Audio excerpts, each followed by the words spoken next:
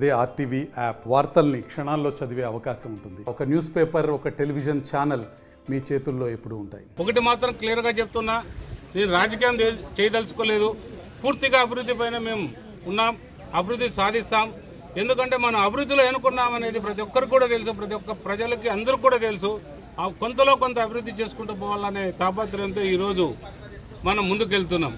కొంత నిధులు అటు ఇటైనా ముందు పనులు ప్రారంభించండి, నిధుల గురించి ఆలోచన చేద్దామని కొన్ని టెండర్లు ఫ్లోట్ చేయాలంటే కూడా కొన్ని అడ్డంకులు సృష్టించే ప్రయత్నాలు చేస్తారు. ఒకటే చెప్తున్నా, ఏదేమైనా కూడా ప్రజలందరికీ చెప్తున్నా, ఇది ప్రజలకు సంబంధించిన సమస్య కాబట్టి మొత్తం మీరందరూ కూడా సహకరించాలి. కళ్యాణదుర్గం పట్టణ ప్రజలే కాదు, నియోజకవర్గం అంతా కూడా సహకరించాలి.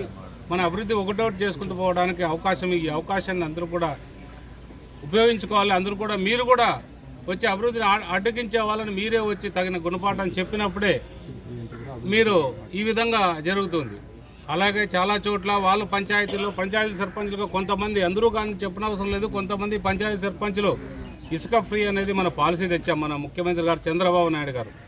అందులో భాగంగా కొన్ని సీసీ రోడ్లకు ఇసుక తోలుకుంటా అంటే ఆ ఇసుకని రౌడీ మామూలు పద్ధతిలో వాళ్ళు వసూలు చేయడానికి కూడా సిద్ధంగా ఉన్నారు. ఏదేమైనా వాళ్ళపైన కఠిన చర్యలు తీసుకుంటాం. వాళ్ళని అంత ఈజీగా వదిలే ప్రసక్తే లేదు. ఏదైతే మనం లీగల్గా ఏమైతే చేయాలో అన్ని చర్యలు తీసుకుంటే ఏర్పాటు చేస్తామని సభాముఖంగా మీకు తెలియజేస్తాను. నేను వచ్చిన రోజు కూడా మున్సిపల్ కౌన్సిల్ సమావేశం అనేది ఏ రోజు జరగలేదు. ఖచ్చితంగా నేను కమిషనర్ గారు పిలిచి అన్ని విషయాలు తెలుసుకుంటా 2-3 రోజుల తర్వాత, పండుగ తర్వాత ఎప్పుడు జరిగింది ఎప్పుడు జరగలేదు అనేది.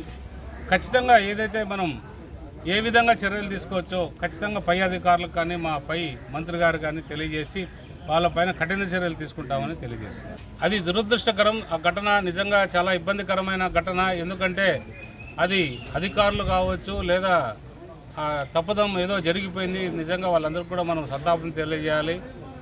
వైకుంఠ ఏకాదశి రోజు ఇలాంటి, ఎందుకంటే మన ముఖ్యమంత్రి గారు వెంటనే వచ్చి స్పందించి, డిప్యూటీ ముఖ్యమంత్రి గారు స్పందించి ఏదైతే అధికారులు ఉన్నారో వాళ్ళపైన చర్యలు కూడా తీసుకోవడం జరిగింది. కొంతమంది సస్పెండ్ చేశారు.